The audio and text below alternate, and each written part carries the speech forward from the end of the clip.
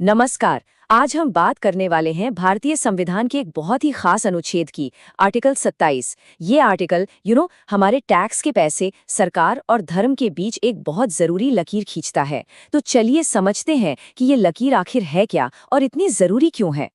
तो चलिए इस पूरी बातचीत को एक सीधे से सवाल से शुरू करते हैं। सोचिए, हम सब जो टैक्स भरते हैं, क्या उस पैसे का इस्तेमाल किसी एक खास धर्म को, किसी एक रिलीजन को प्रमोट करने के लिए किया जा सकता है? इसका जवाब हमें कहीं और नहीं बल्कि सीधे हमारे संविधान में ही मिलता है। आर्टिकल 27 एकदम साफ साफ कहता है कि किसी भी व्यक्ति को किसी विशेष धर्म या धार्मिक संप्रदाय की उन्नति या पोषण में खर्च करने के लिए कोई कर देने के लिए बाध्य नहीं किया जाएगा। बिल्कुल क्लियर कट। ठीक है, अब ये जो थोड़ी लीगल भाषा है, इसको एकदम आसान शब्दों में तोड़ते हैं।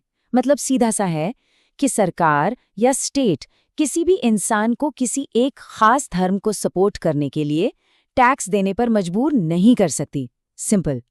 तो सवाल उठता है कि इसके पीछे का मेन आइडिया क्या है? एक सेक्युलर देश को बनाए रखने के लिए ये नियम इतना क्रूशियल क्यों है? चलिए इसी को थोड़ा और गहराई से समझते हैं। देखिए, यहाँ जो सबसे बड़ा सिद्धांत है वो है स्टेट की न्यूट्रलिटी। मतलब सरकार को न्यूट्रल रहना है। इसका सीधा मतलब ये हुआ कि सरकार ना तो किसी एक धर्म को प्रमोट कर सकती है, न ही पब्लिक के पैसे से किसी धर्म की फाइनेंशियल मदद कर सकती है, और हमारे टैक्स के पैसे से तो कोई धार्मिक एक्टिविटी फंड हो ही नहीं सकती। अच्छा, अब एक बहुत ही ज़रूरी पॉइंट पर आते हैं, एक क्लैरिफिकेशन कह सकते हैं। ये एक ऐसी चीज़ है जहाँ अक्सर कन्फ्यूजन होता है, और हाँ, एग्जाम्स के लिहाज से भी ये बहुत इंपॉर्टेंट है। तो यहाँ पर जो बारीक सा फर्क है उसे समझना बहुत ज़रूरी है। देखिए, आर्टिकल 27 टैक्स के पैसे का इस्तेमाल किसी धर्म के प्रमोशन के लिए तो रोकता है, लेकिन ये स्टेट को धार्मिक जगहों के एडमिनिस्ट्रेशन पर, मतलब उनके रख रखाव या प्रशासन पर खर्च करने से नहीं रोकता।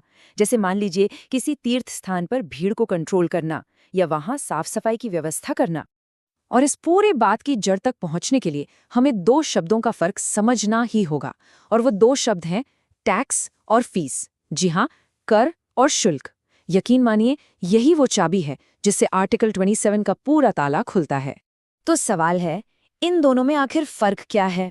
देखिए, टैक्स एक कंपल्सरी पेमेंट है, मतलब ये देना ही देना है। ये पैसा सरकार आम जनता के भले के लिए इकट्ठा करती है।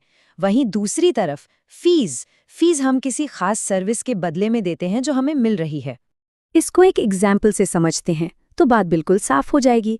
मान लीजिए सरकार किसी धर्म के प्रचार के लिए एक जनरल टैक्स लगा दे। ये बिल्कुल अलाउड नहीं है। लेकिन अगर किसी तीर्थ यात्रा पर जाने वाले लोगों से वहां पर दी जा रही सफाई या सिक्योरिटी जैसी सर्विसेज के लिए एक खास फीस ली जाए तो वो बिल्कुल अलाउड है। देखा आपने, यही है वो बेसिक फर्क। चलिए, अब आर्टिकल 27 को अकेले नहीं बल्कि संविधान की बड़ी पिक्चर में रखकर देखते हैं, क्योंकि कोई भी आर्टिकल आइसोलेशन में काम नहीं करता। ये पूरे कॉन्स्टिट्यूशनल फ्रेमवर्क का एक हिस्सा है। हमारे सेक्युलरिज्म के, आप कह सकते हैं, दो बड़े पिलर हैं जो साथ में काम करते हैं। एक तरफ है आर्टिकल 27 जो बात करता है फाइनेंशियल न्यूट्रलिटी की, मतलब पैसों के मामले में, टैक्स और फंडिंग के मामले में सरकार न्यूट्रल रहेगी।